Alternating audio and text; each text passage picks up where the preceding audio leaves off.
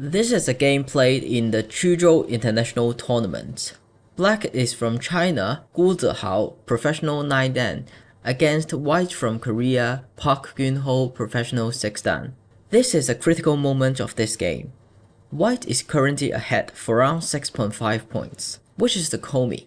For professionals, this difference is considered very large. Especially in the Yosei, this difference will not be able to make a comeback. However, finally, Black did win the game. So what has happened? Let's look into this. Not only will us look at this game on the skill side, but we are also going to look at the psychological side between the players. So what has happened and why did White make those mistakes? So before we look into this game, let's go over on the board on the point estimation. For White, White has around 46 points on the board plus the captures, which is 1, 2, 3, 4 and then 5. White has 5 captures, so the 4 captures on the board and 1 captures that White has previously captured. So White has around 51 points. So what about Black? Black has around 46 points plus the capture, which is 3 on the board and then 2 captures that captured previously on the board, which is 51 points as well. So White is winning around 6.5 points, which is the Komi. So in this position, if Black wants to win this game, the only way is to make use of the weakness of White on the board. So the only weakness of White is these 2 stones and this whole dragon. We can see that the triangle dragon on the board has no very obvious 2 eyes, but it doesn't look like this group will be killed. And for these 2 stones, Black would like to make use of this kind of cut to capture the 2 stones. If these 2 stones can be captured, then Black will come back from the game. At this moment, White decided to play the clamp here, which is a very large Yosei on the board. Black understand that if Black is playing normally, for example this kind of Atari, and then White may play this Atari and then captures, and then White will continue to get all the Yosei, for example this kind of Kusumi, to make sure that this game will be won. So at this point, Black decided to push here to separate this group and this group. If White decided to connect, for example using this kind of push or this kind of Kusumi to connect these stones back to this group, or this kind of block to make sure 2 eyes, Black can cut, then these 2 stones and this stone will be cut off. Then Black will win the game because now the center Black has developed around 10 points. Therefore, White has no choice but to connect these 2 stones. And White decided to play this one, to connect these 2 stones. Black played this move. The aim of this move is to ensure that locally, this White group has only 1 eye. So White decided to push and then make sure that White has an eye here. Black play Hane, separate this group and this group, cutting off the connection. White push, and then Black make a very critical exchange, which is this cut. White cannot play the Atari here because Black will then play this one and then this one to capture the 2 stones. So the only move here White has is to extend here. This exchange, cut, and this descent is very important. We'll know why this is important afterwards. Black blocks, cutting off the connections, and then White cut. Black played the tiger mouth to ensure connection. If Black did not play this tiger mouth, for example he played this connection, then White can simply Atari and then cut. So this is the reason why Black decided to play the tiger mouth. So after the tiger mouth, White cuts, Black Atari, White captures, and then Black connects. So you can see that this connect becomes an Atari due to the very early exchange of this cut and this descent. This become a very critical moment for the white. At this moment, AI has given a win rate of 98% for the white. White is winning this game, no matter if white decide to play this connect or to play this one to capture the 2 stones. I'm very sure that if Park Geunho saw the AI, knowing that this move have 98% of win rate, white will definitely play this one to make sure that the whole dragon is alive and will win this game easily. However, at this point, white has used up all his time and he is playing in a 1-minute countdown.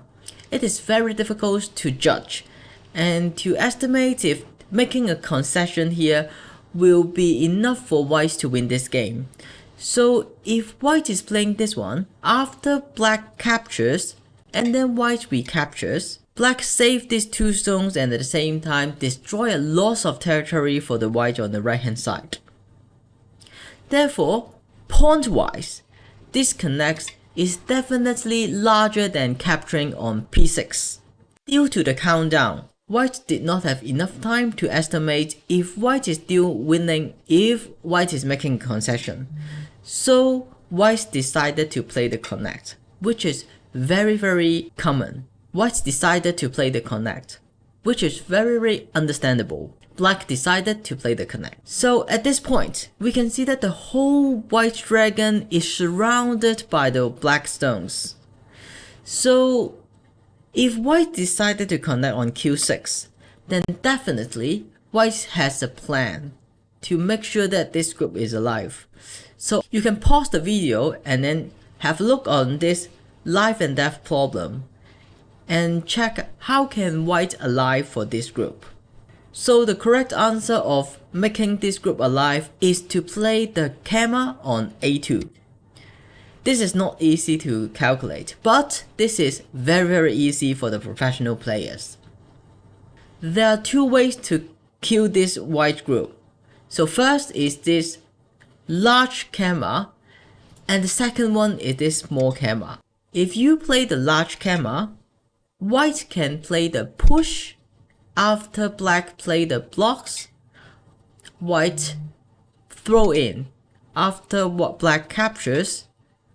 White play this Atari. If black is playing connects, then white can throw in again and then Atari. If black connects and we can Atari here and this group will be alive. So when white plays 7, black has to cut and then white captures. Then this will be a call. To be more precise, before playing this call, white should exchange a very important sequence, which is this throw in as well. So after black captures, white play Atari, black cuts, white capture. So why is the exchange on 7 and 8 very important? So for example, if black finds a call threat, for example this cut, if white decide to capture here and then black decide to play here to capture 3 stones, then now white can cut here. However, if white did not exchange the 7 and 8 the throw in, if he only played this one and then cut and then captures and black played this one, now white can only capture here and there's no way to make any moves forward. So there's no strategy here to capture any stone here. So it is very important before you start the call, you want to throw in and exchange 7 and 8. So the second way of killing this group is to play a small camera.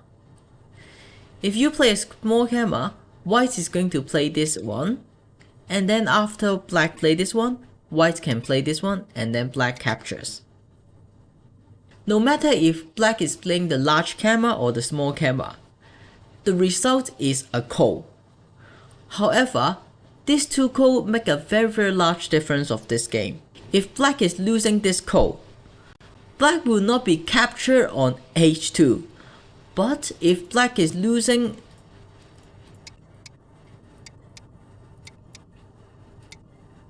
if black is losing this coal, then white can capture on h2.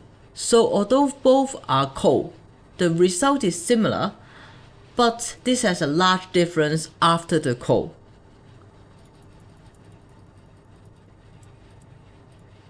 In the real game, white decided to play this one first, and then play the camera here on a2. This looks very illogical. The reason is m4 is actually a local coal threat. White should not exchange it before he started coal. But why did white decide to play this one? The reason is white thought the m4 and o4 exchange will take away an eye of the whole black group. So if black is losing this coal,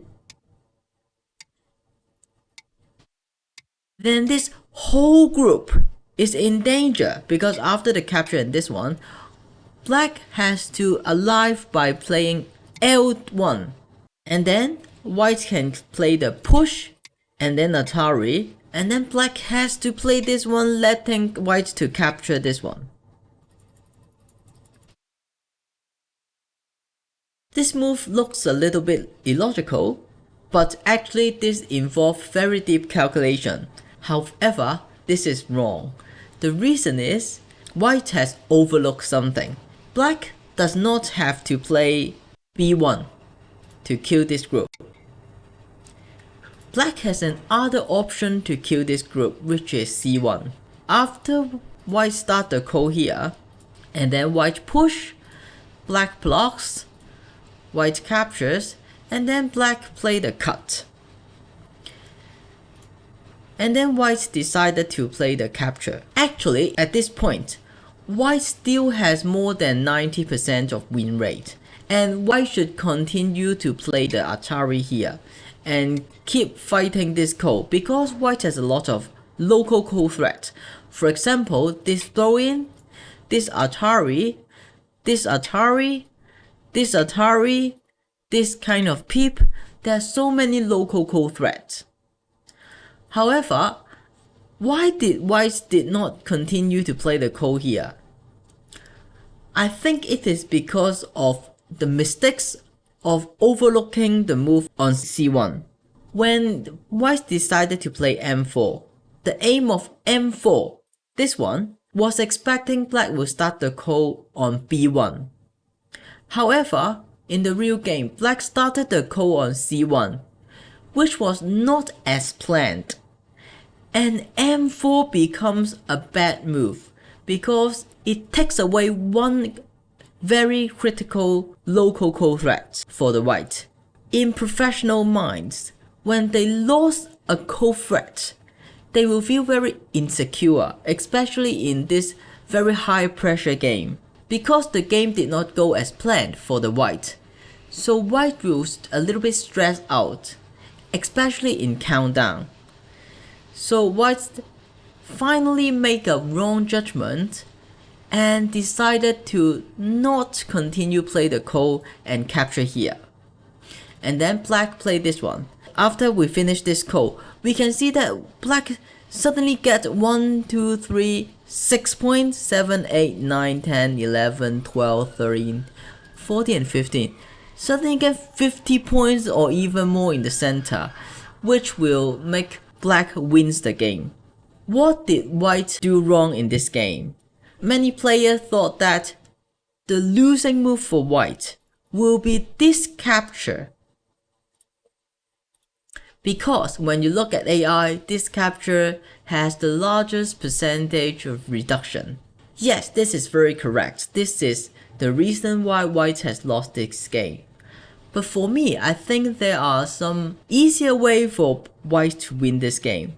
This has made the game very complicated already. So let's go back for about 15 to 20 moves.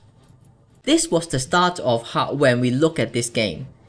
When black push, white should actually play the block first. And after black cuts, if white play this one to take care of these two stones, not letting black to cut here. If black is playing the same thing, for example this cut, due to exchange on 1 and 2, white can simply play this Atari and then capture to make sure that this whole group is alive. If black is not playing this Atari, instead of playing here, then this will be quite similar. Because now, no matter white is playing this push or playing this connects, this is 100% sure that this white group will be alive. So for me, I think at this point, the losing move is not at last the capture on c2. Instead, the losing move is actually played here, which is m14. White lost the simple winning move, which is m10, and instead played the complicated variation that leads to his mistakes. I can actually understand why Park Geunho did not choose to play m10, because in professional players' mind, it is always not good to exchange the 100% guarantee sente. So because if you exchange a 100% guarantee sente, meaning that you are sacrificing some variation that you can choose from. So in Park Geunho's mind, he thinks that this hane and this cut looks like a little bit losing because it allows black to play L12 to capture the stones in the future, and this move does not get white any points. So this was the reason why white did not play the hane, instead just play this kusumi. However, if white noticed that that will be a very complicated call in the future, especially when he is winning for 6.5 points, white should actually choose a guarantee win option, which is the block, and after black play the cut, and then white will play this kusumi to ensure the victory of white. So this is the end of our review. Thank you for watching.